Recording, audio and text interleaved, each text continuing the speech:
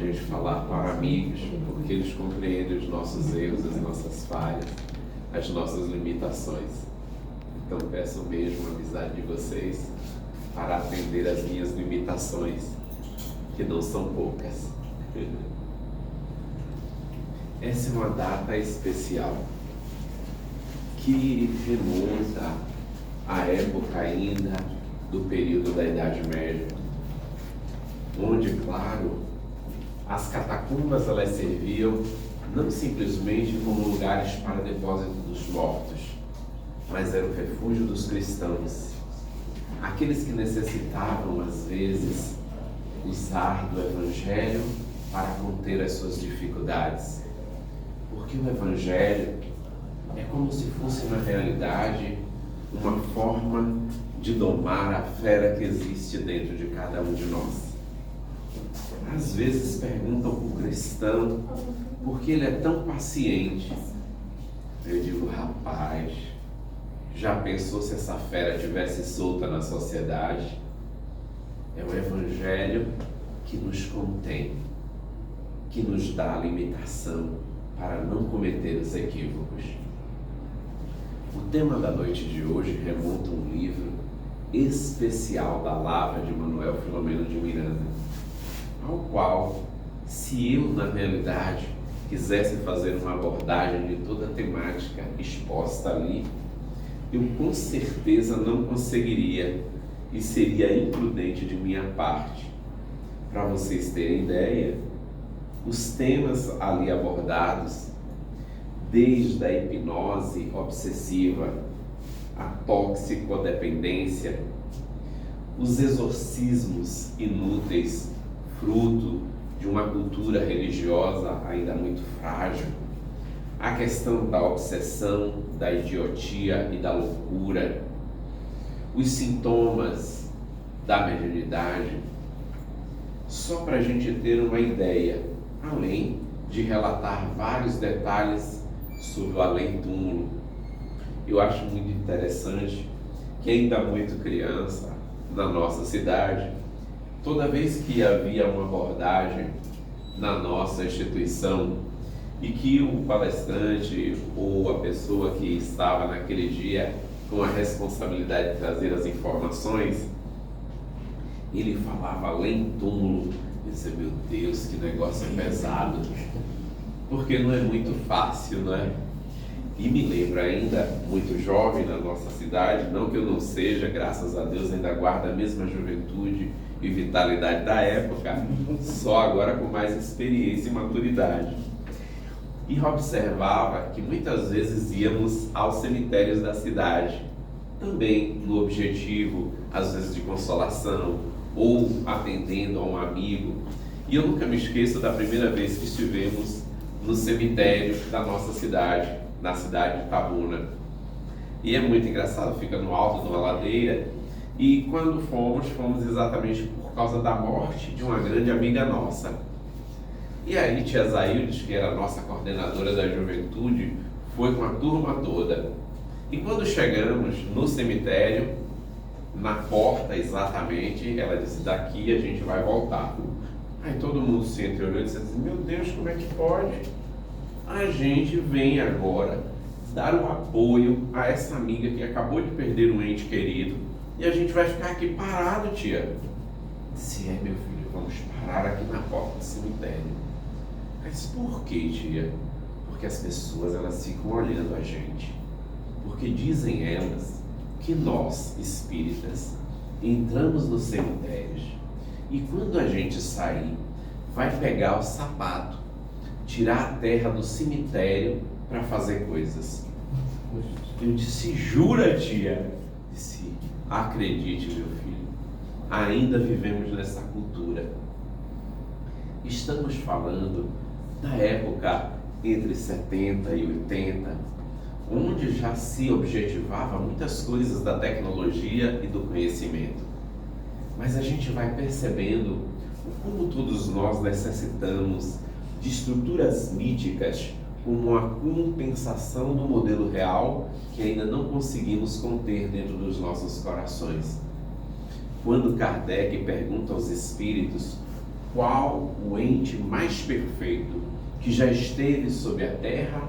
Os espíritos, eles são unânimes na sua resposta: objetivos, Jesus. Não dão margem a nem dizer assim, mas fulano era melhorzinho, Edson de lá, de Santa Maria, gente boa. Não fizeram esse adendo na pergunta feita por Kardec. Por que haverá de ser? Porque ali a gente tem o indivíduo modelar em todo o pensamento religioso do nosso planeta. Por mais que a doutrina espírita tenha qualificado a forma e a interpretação, por mais que ela tenha dado uma diretriz de renovadora em todo o modelo religioso da nossa sociedade atual, ainda assim, todos nós somos Cristo dependentes. Há uma necessidade de todo religioso buscar nesse modelo e guia um parâmetro para os nossos sentimentos, para as nossas emoções, para as nossas atitudes. Por isso, reencontrar com a vida significa olhar frente a frente a si mesmo. E isso é algo tão impactante que os pensadores e terapeutas modernos fazem muitas vezes uma proposta de você auto-mergulhar no seu consciente, ir ao subconsciente, tentar decifrar as problemáticas que trazemos do passado, no intuito de amenizar as problemáticas presentes. Porque todos nós trazemos algum tipo de trauma. É impressionante. Alguns vão dizer assim, menino, eu não consigo chegar na beira d'água, que me dá uma coisa, uma agonia, que eu tenho que voltar rapidinho. Outro vai dizer assim, rapaz, o meu problema é a altura. Eu chego num prédio alto assim, olho para baixo e falo, lei-me Nossa Senhora, tenho que sair nem para passar uma ponte, eu consigo passar sozinho andando. Volto dali ou então peço ajuda a alguém. Por que trazemos esses traumas? E é o Espiritismo que vem desvendar, que vem dar um aspecto de renovação, agora de identificação não com o indivíduo uno, mas com o indivíduo múltiplo, que viveu em tantas existências as quais se perdem na história do tempo do nosso planeta. E eu fico às vezes imaginando, porque quantas vezes nos deparamos naqueles rompantes que simplesmente é como se a gente mergulhasse no modelo egóico, egoísta, orgulhoso, que simplesmente se acha, quando na realidade a vida ela é feita para ter esse ciclo de vitalidade e morte. E em a natureza nada resiste. É tão interessante porque os biólogos estudaram um organismo muito especial. Existe uma água viva a qual ela consegue ir da juventude, da infância, dos seus primeiros pólipos, a uma estrutura que está fixa no lodo, daí a pouco ela se desprende, amadurece, reproduz, e quando ela chega no estado mais senecto, ela começa a retornar ao estado infantil. É muito engraçado porque assim os especialistas dizem que ela é imortal, mas ela é só imortal quando ela não vai parar na boca de um peixe que gosta de água viva, porque senão ela vai morrer como todo mundo. E o significado desse retorno, dessa involução ao aspecto primordial também é um aspecto de morte, porque todos nós necessitamos. Observe quando a gente atinge uma certa idade e diz assim, se eu tivesse meus 15 anos com a cabeça que tenho hoje, você estava doido, não era? Porque com 15 anos, com a cabeça que eu tenho, eu não ia ajustar, eu ia começar a pirar, eu ia começar a ficar maluco, porque Porque há uma necessidade biológica para que o tempo se modele às características psicológicas do indivíduo, para que à medida que a gente amadureça, consiga atingir aquele estado onde a gente diga assim: meu Deus, quando eu era criança, ó, peraí, não é? A gente não tem isso, mas no meu tempo, Deus me livre isso, quando eu falo isso, chega a me dar um mal-estar, porque o tempo, ele não existe na realidade. Os físicos quânticos vão dizer assim: o tempo, ele não existe. Quando eu vi isso pela primeira vez, eu disse: esse cara é maluco. Como é que pode dizer que o tempo não existe se o tempo está passando agora? Só está passando porque a gente está contando no relógio.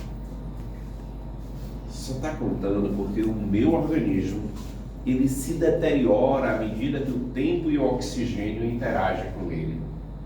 Fora isso, o tempo, ele tem uma relatividade, como diria Einstein, que simplesmente não conseguimos descrever nem contar. Porque, por mais que eu não queira, aquela consciência que acordou comigo nessa existência é a mesma consciência guardada de outras passagens em nossas vidas. Eu quero respeitar esse livro, Reencontro com a Vida, porque eu gostaria que vocês mergulhassem nele, porque não é uma complexidade que existe nesse livro, mas ele tem uma qualidade de esclarecimento. Em poucas obras a gente consegue ver isso, porque à medida que ele vai trazendo os aspectos das vicissitudes humanas, não simplesmente sob o olhar dos encarnados, mas principalmente dos desencarnados, e quando a gente vê uma situação do indivíduo que está sob os aspectos da toxicomania, ali impregnado no seu perispírito, a análise deste mentor é impressionante. A tal, eu diria, que no dia que a medicina atingir essa condição de olhar para o indivíduo e perceber a fundo o que ele traz de dificuldades, os medicamentos serão de uma precisão tal que eles vão interagir com a estrutura psíquica do ser humano. E ele não vai simplesmente se perder nas entrelinhas tentando compreender, mas ele vai exatamente traçar o medicamento para aquele indivíduo, o que não está longe. Aos poucos, nós conseguimos perceber que a farmacologia que foi desenvolvida até aqui, ela já consegue dar uma abrangência impressionante. Se você tem um problema estomacal, é aquele medicamento. Se você tem um aspecto de passar mal ou de ter uma dor de cabeça, aquele outro medicamento. Observem como a gama de medicamentos foi aumentando.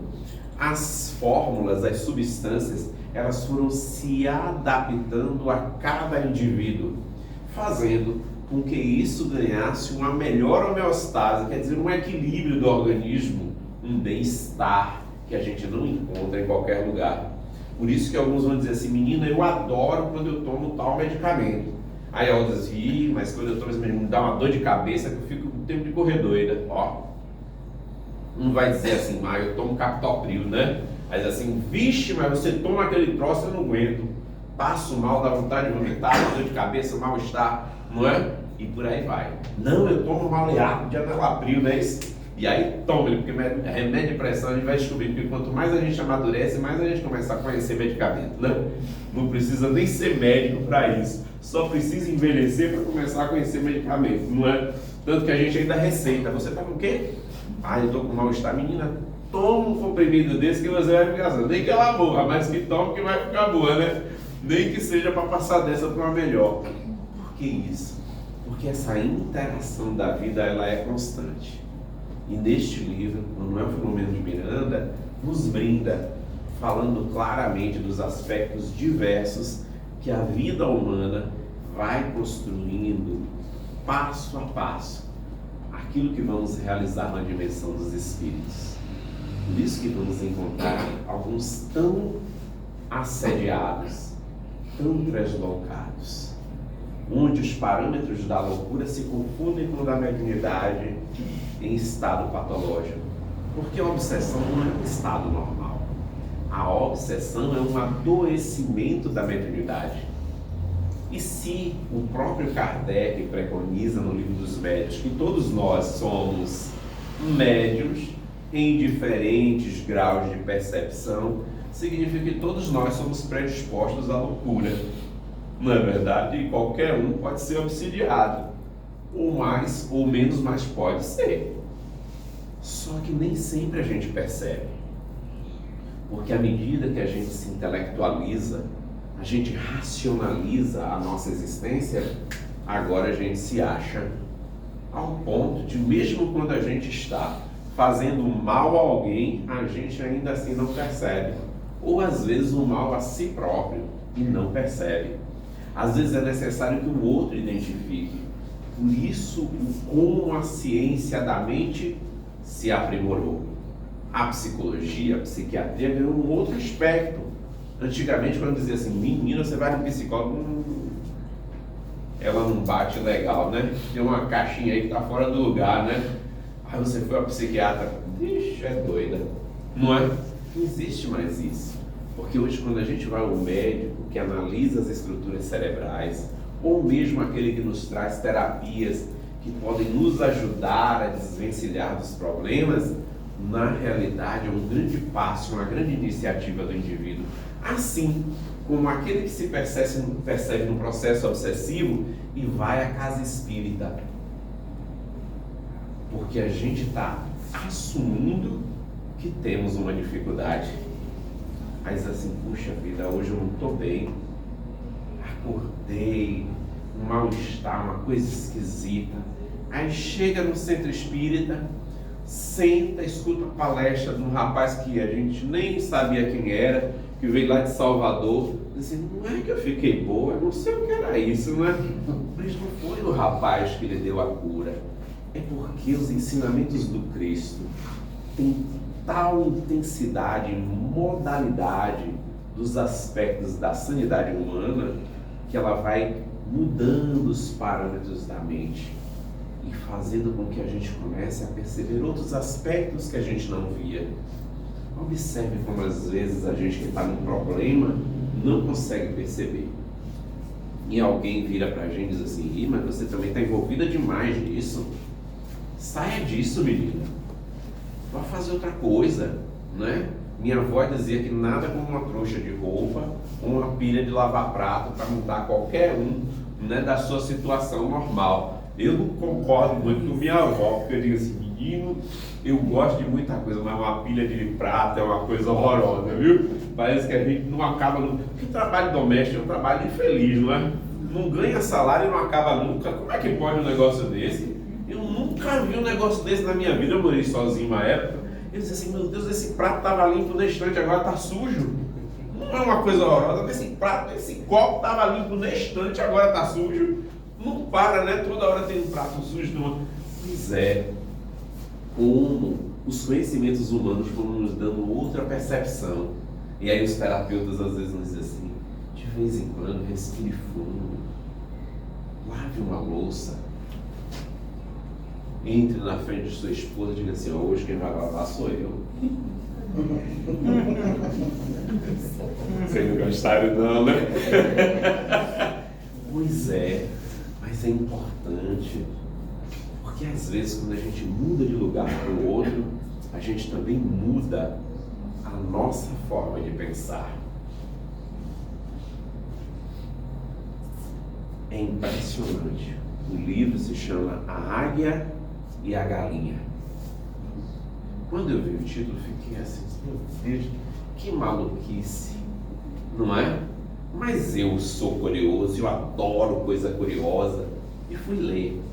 E ele diz, né, o autor, diz que é exatamente uma forma, um aspecto de você analisar a criatura humana. Alguns vão ficar assim meio, né, de lado, porque a gente está num momento político-social tão grande, que tudo abala as estruturas do pensamento humano. Eu digo assim, vai chegar uma hora que até ler vai ser proibido, né? Vai chegar uma pessoa, você hoje, aí, não vou mais deixar minha filha ler, nem meu filho ler, porque esse negócio faz mal. Olha, ler faz muito bem, o que faz mal é a gente não ler. Porque quando a gente não estuda, quando a gente não se aprofunda, a gente simplesmente subverte tudo que está de bom. E o nosso olhar fica muito mais pesado. Por isso que o Espiritismo provoca a gente a estudar. Olha o que Joana de Ângeles faz conosco. Eu juro para vocês, todos os anos que a gente vai aos cemitérios, e já são alguns anos, não porque eu seja velha, porque a juventude tem mais de 71 anos, né? Então, é ela que é velha. Eu sou um desses que são colaboradores nesses anos que vem se passando, mas ainda não cheguei aos 70. Mas é tão interessante que a gente dizia assim, a gente lia a mensagem de Dona Joana e dizia assim, meu Deus, mas como é que ela escreve tão rebuscado assim, né? E a mensagem é grande. Ô, Dona Joana, não é possível, de finado, a pessoa recebe a mensagem dela, vai ler uma mensagem grande dessa, ela só por capricho, cada vez ela aumenta mais. Eu digo, danada.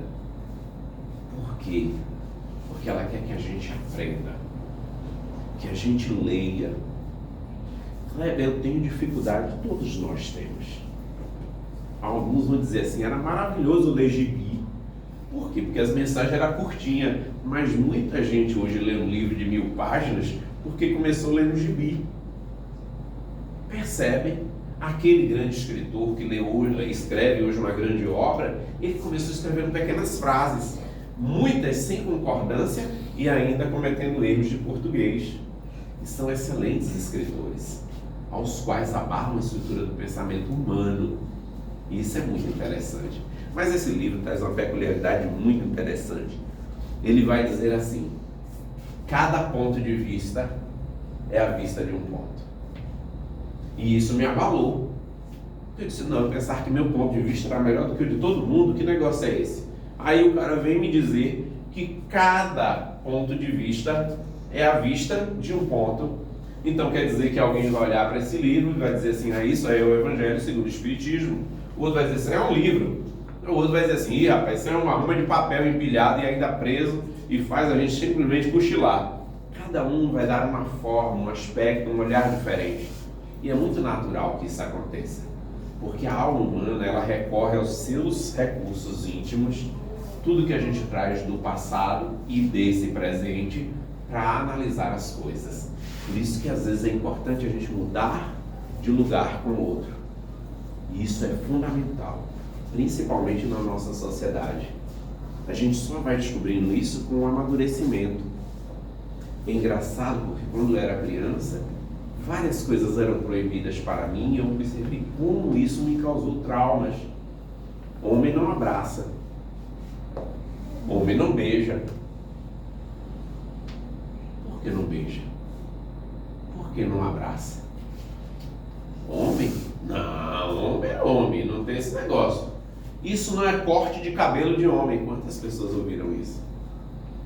Como a sociedade, ela vai amoldurando a personalidade do indivíduo e criando traumas, os quais a gente desconhece. Aí às vezes para dar um beijo em um filho, a gente dá 1000 voltas. Mas não é um filho. Mas eu não aprendi a beijar na minha infância. Porque homem não beija. E a gente deixa de ser carinhoso, afetuoso, gentil, respeitável. Não é? Prenda suas cabritas, porque meu bode está solto. Porque o bode está solto e as cabritas estão presas. E aí hoje quando a gente vê uma cabrita que é danada, mas assim, não está vendo? Olha que comportamento terrível. Aí a gente vai entendendo que reencontrar com a vida é reencontrar com os seus desafios pessoais. Porque cada um de nós os temos e vamos nos deparar com ele. E às vezes eu digo assim, mas eu tenho um filho tão difícil. Você merece. Porque ele é exatamente a cruz da sua redenção. Sem ele, você seria frágil, fraco. Com ele, você é forte, resiliente, volta às vezes ao mesmo ponto para tentar dar força a ele. Então a gente precisa. Mas rapaz, minha esposa é tão ciumenta. Você precisa. Porque sem ela, você seria um promíscuo. Vê como um medicamento, ele precisa estar perto de sua mão. Se você tem um problema no coração, você está na sala e o medicamento está trancado lá no armário, lá no segundo andar da sua casa. Como é que você faz? Começou a infartar, e agora? Quando chega lá já morreu. Então o medicamento tem que estar à mão. A família, os amigos, as nossas relações, aquilo que a gente vê na sociedade é o nosso medicamento. A gente precisa ter ele tão perto para que a gente não sofra uma parada cardiorrespiratória de uma hora para outra. Tem que estar à mão o medicamento. Por isso estamos passando agora por esse momento tão grave social.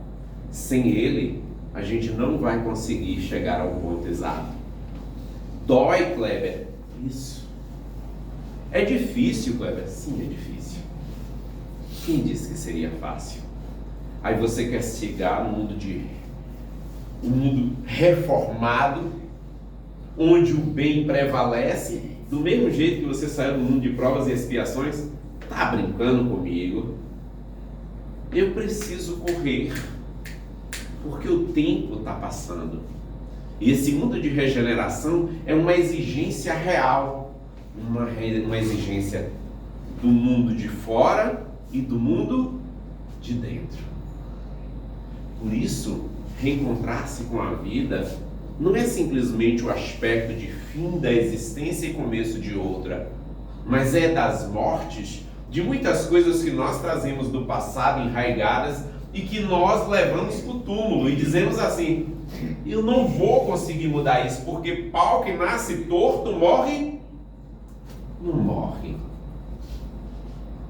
Vem um cara desse de umas pizzarias dessa, a lenha, e corta você.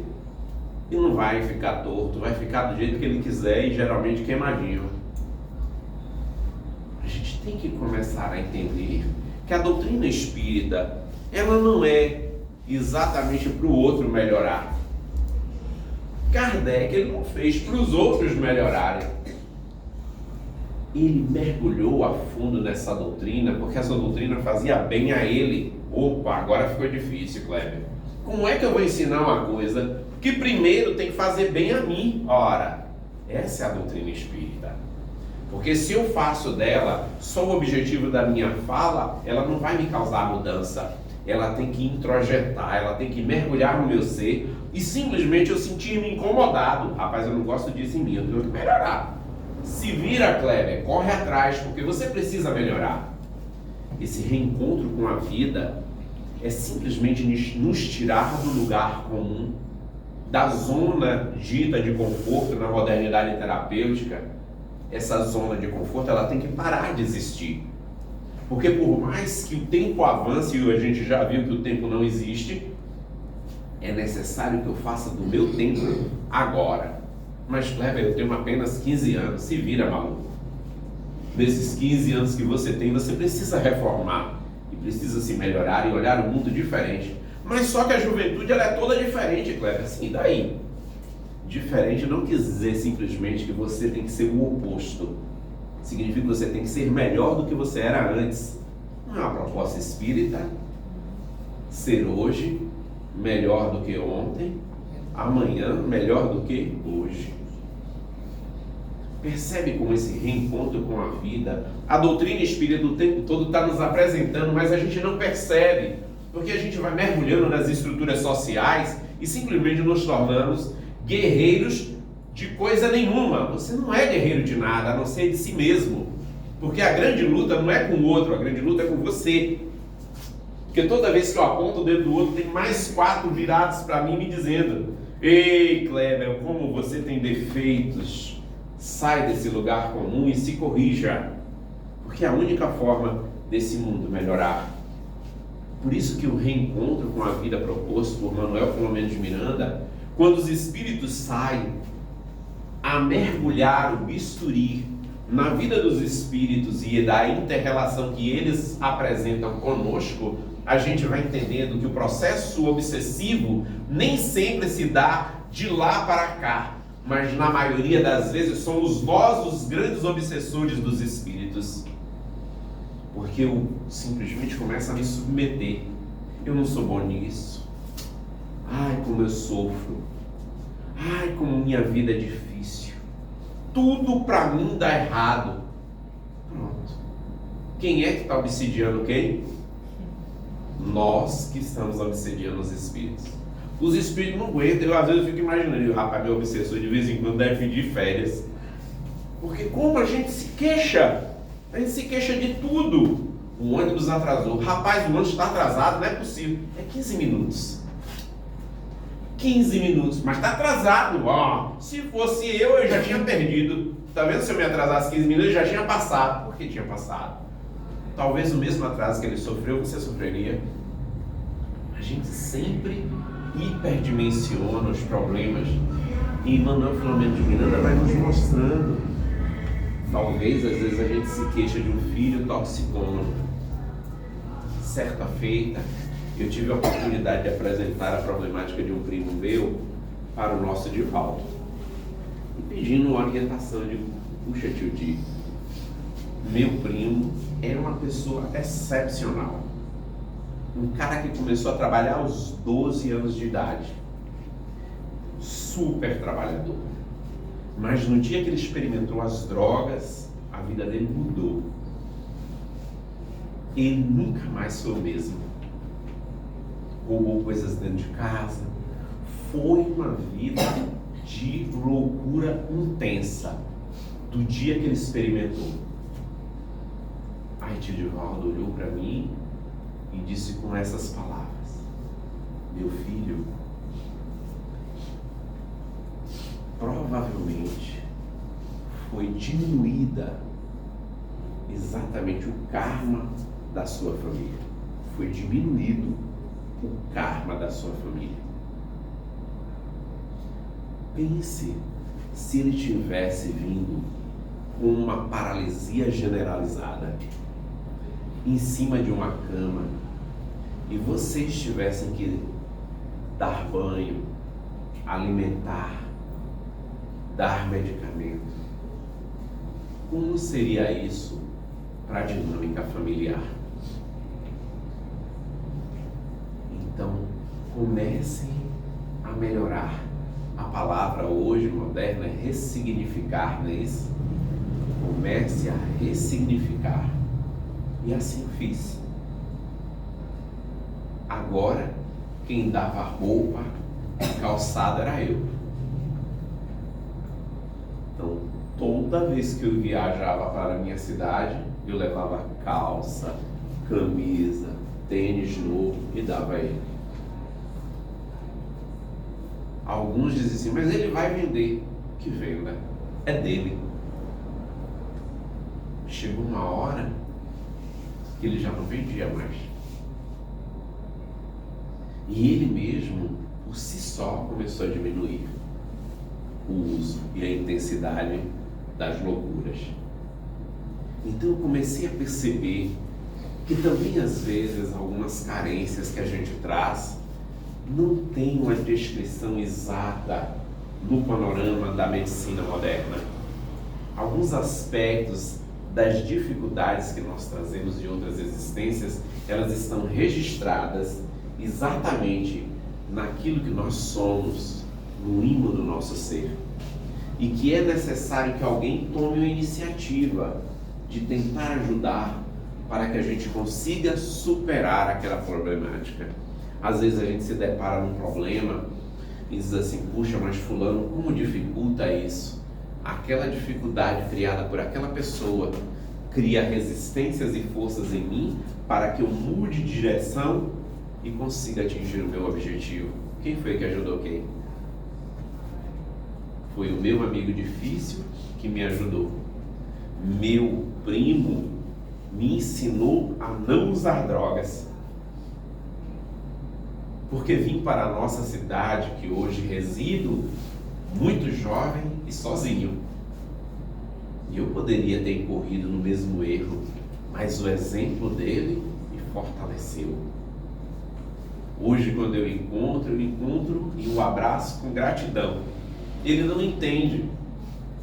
E eu digo: ei, meu primo, velho, como eu sou grato a você. Ele não entende, mas eu sou grato a ele, porque ele me ensinou aquilo que muitos não ensinaram, que eu não deveria fazer aquilo. Às vezes nos seus momentos de tristeza, de dor. E o próprio Manuel Filomeno de Miranda mergulha o bisturi nas questões da toxicomania. Como é difícil. E eu juro para vocês que às vezes eu não entendia como o indivíduo possui um vício. Então, nós só conhecemos o vício quando a gente descobre os nossos. Alguns têm os das drogas, outros do álcool, mas outros têm o da língua. E olha que a língua mata. Um fuxico bem contado mata uma multidão. E isso é uma realidade. Então os vícios, a gente só começa a entender quando a gente começa a olhar os nossos. É o que o Espiritismo faz. Coloca frente a frente, você diz assim: agora eu não tenho saída, eu tenho que me corrigir. Como é difícil corrigir. Claro, se fosse fácil não era um vício, não era uma virtude.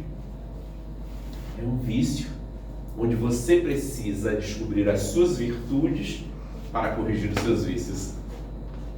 Essa proposta é tão impressionante que a gente vai lendo o livro e vai entendendo que ele não está contando sobre os espíritos, ele está contando sobre nós. E a gente vai se identificando com os personagens do livro. Diz: meu Deus, como eu cometo esses equívocos. Às vezes, do nada, eu simplesmente faço um comentário sobre uma pessoa. Por que eu fiz aquele comentário? Não é? Às vezes não tem nem sentido o comentário que a gente faz, mas é um momento de animosidade, de antipatia, e aquela reação logo de imediato você despacha. Rapaz, você viu a roupa de fulano? Você viu o cabelo de ciclano? Não é do nada. Diz assim: isso você contribuiu o que na sociedade? O que você conseguiu melhorar, a não ser a antipatia do outro por aquela pessoa? E nós estamos vivendo exatamente esse momento intenso.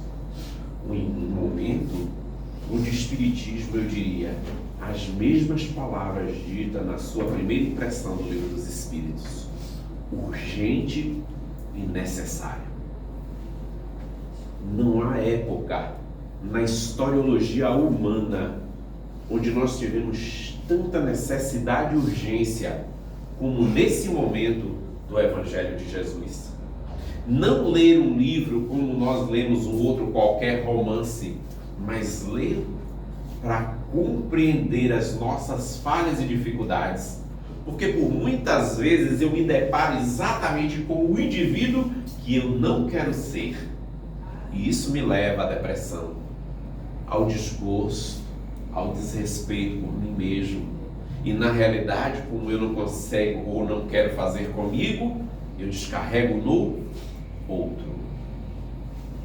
E aí eu xingo, eu digo que aquela pessoa não presta, que aquela pessoa não vale nada, que aquela pessoa não tem as qualidades e os valores. Eu não estou dizendo dela na realidade, eu estou dizendo de mim, porque eu não tenho a capacidade de assumir, então eu transfiro. Na psicologia moderna se chama transferência, quando o indivíduo transfere os seus defeitos para o outro.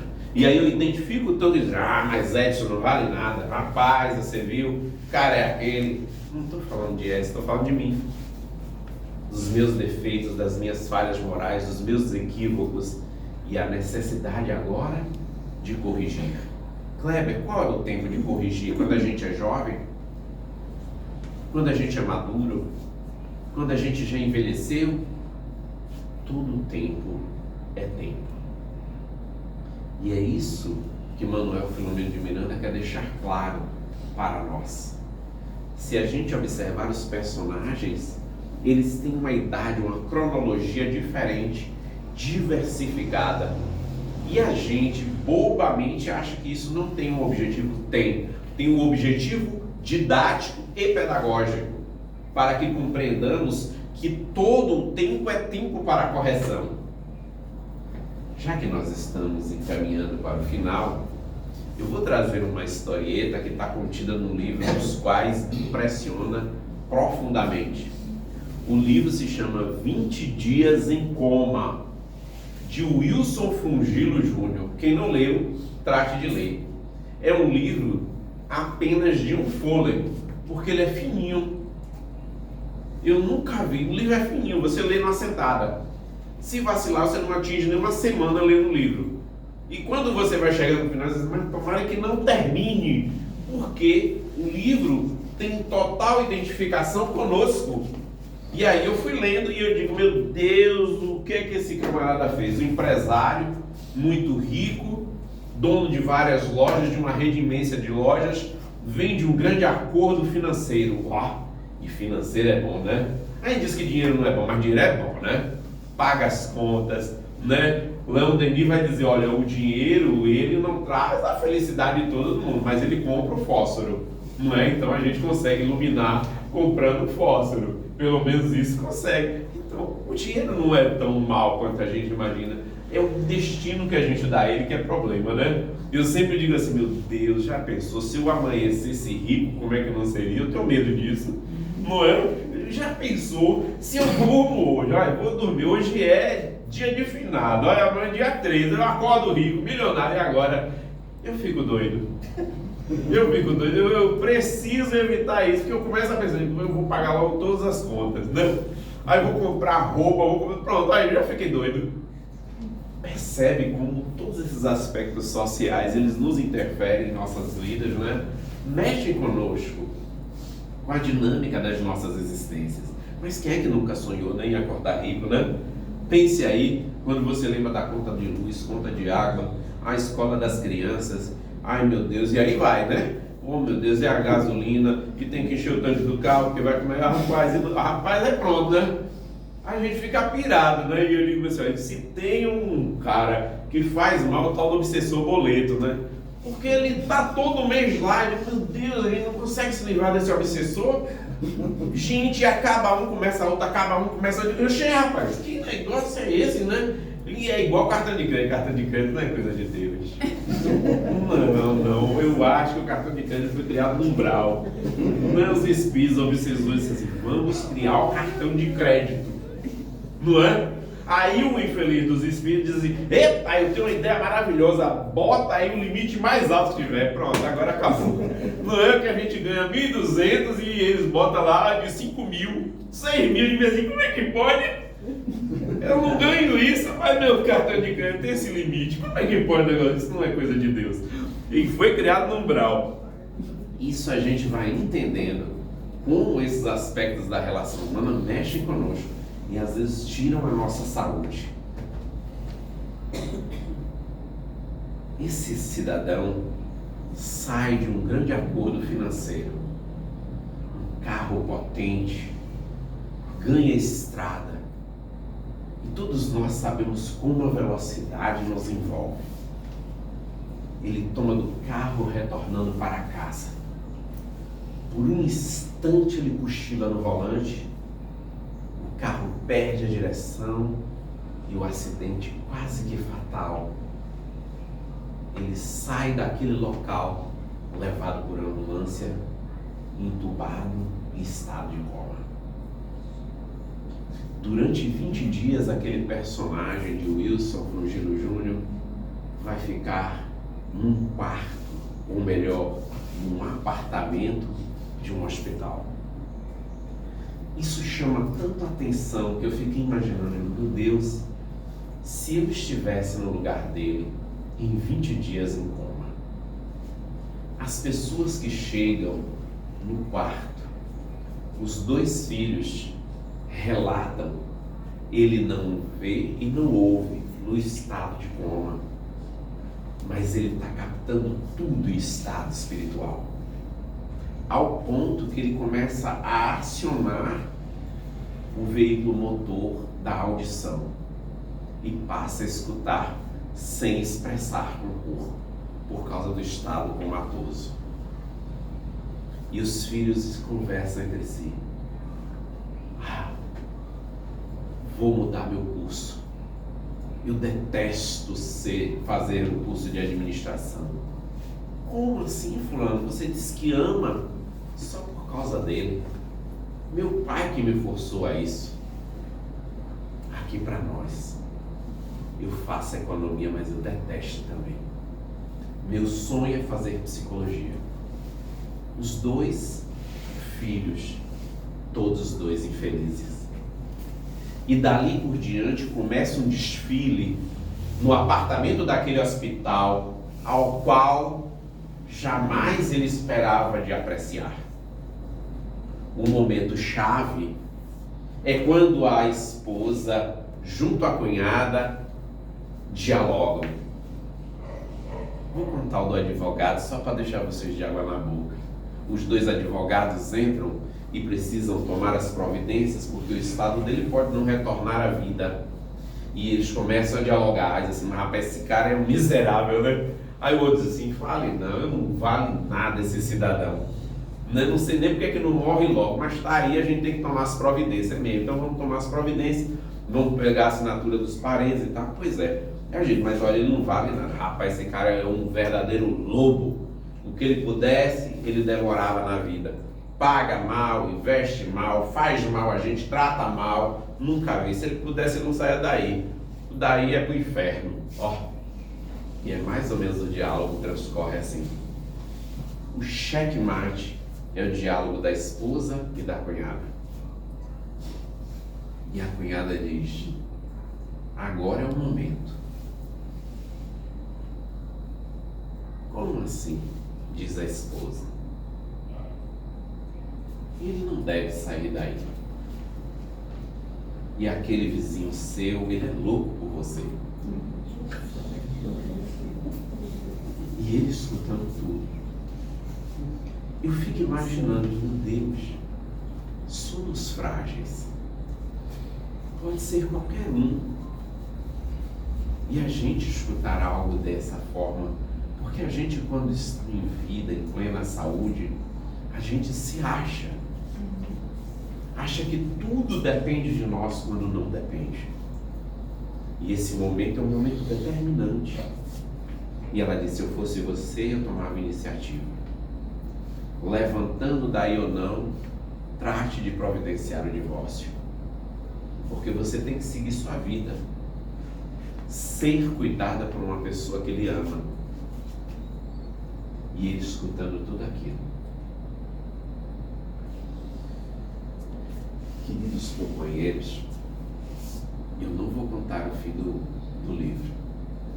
Deixar vocês aí viajando e procurarem o livro. Mas juro para vocês que me incomodou profundamente.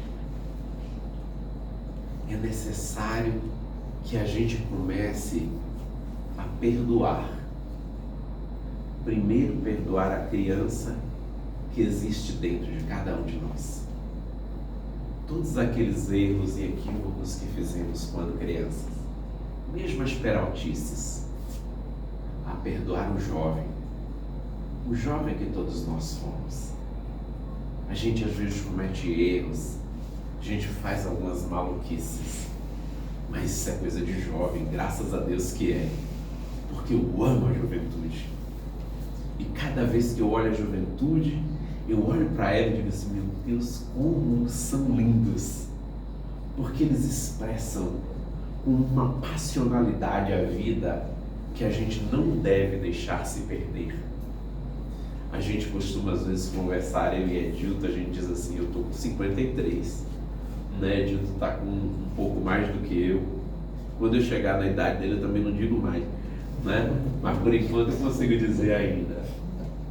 E a gente se fala assim, a gente fica perto de jovem, porque isso nos dá essa vitalidade, nos deixa com vontade de viver.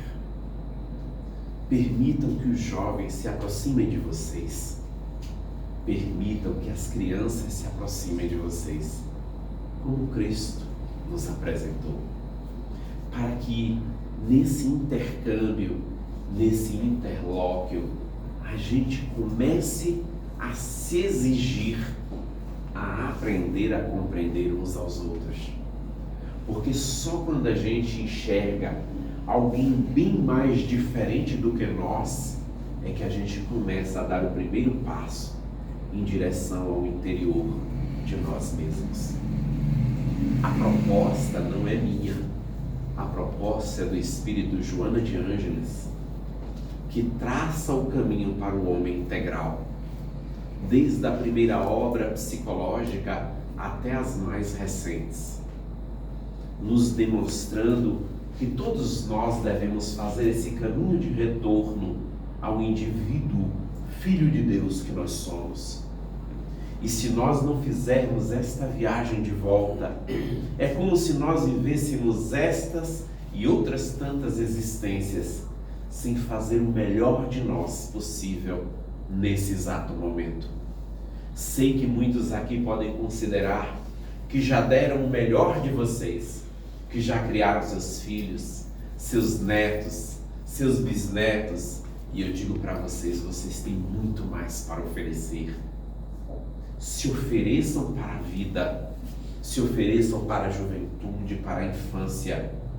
Quando a gente vê na China, nas escolas, muitas vezes, durante o ano letivo, as pessoas mais amadurecidas e envelhecidas, elas visitam a escola, sentam com as crianças e com os jovens para narrar as suas histórias e experiências, criando o hábito que ele entenda que o futuro dele está ali à sua frente e que se ele não fizer exatamente esse movimento de perdão consigo, ele não vai chegar à maturidade de forma equilibrada. Os desajustes que a nossa existência nos trouxeram até aqui é o claro significado que podemos ir muito mais longe se a gente aprender a olhar para os próprios defeitos e respeitar os dos outros. Nesta sociedade, onde tantos são antagônicos uns aos outros, eu diria que há um grave equívoco. Todos nós somos muito iguais e não somos diferentes em nada. Não importa a ideologia ou status que assumamos nesse modelo sócio vigente, todos somos iguais perante a Deus. E toda vez que eu levanto a voz e que simplesmente declaro que o outro é um ignorante ou uma pessoa tão extrema e diferente de mim, é porque eu estou projetando nele aquilo que eu ainda não consigo realizar em mim. Queridos companheiros, a proposta é muito simples de Manuel Filomeno de Miranda: estudar a vida dos espíritos e da mediunidade, para que nesse contexto em que nós nos encontramos encarnados, saibamos lidar com a nossa própria mediunidade, dialogando de forma mais equânime com os espíritos, todos eles, porque não existe médium que vai receber só mentor, nem existe médium que vai receber só obsessor. Todos recebem todos, porque somos iguais perante a Deus. Para finalizar, deixe que o Cristo entre na tua casa mental, que Ele higienize e consiga dissipar tudo aquilo que você traz de peso desses dias difíceis. Faz uma pausa, diminui a intensidade dos teus pensamentos, porque se você não consegue orar, é porque você não consegue arar. É necessário aprendermos a trabalhar com respeito uns para com os outros, para que talvez a oração se faça com simplicidade, como Cristo nos ensinou. Senhor, nos ensina a orar. Pai nosso, que estás no céu.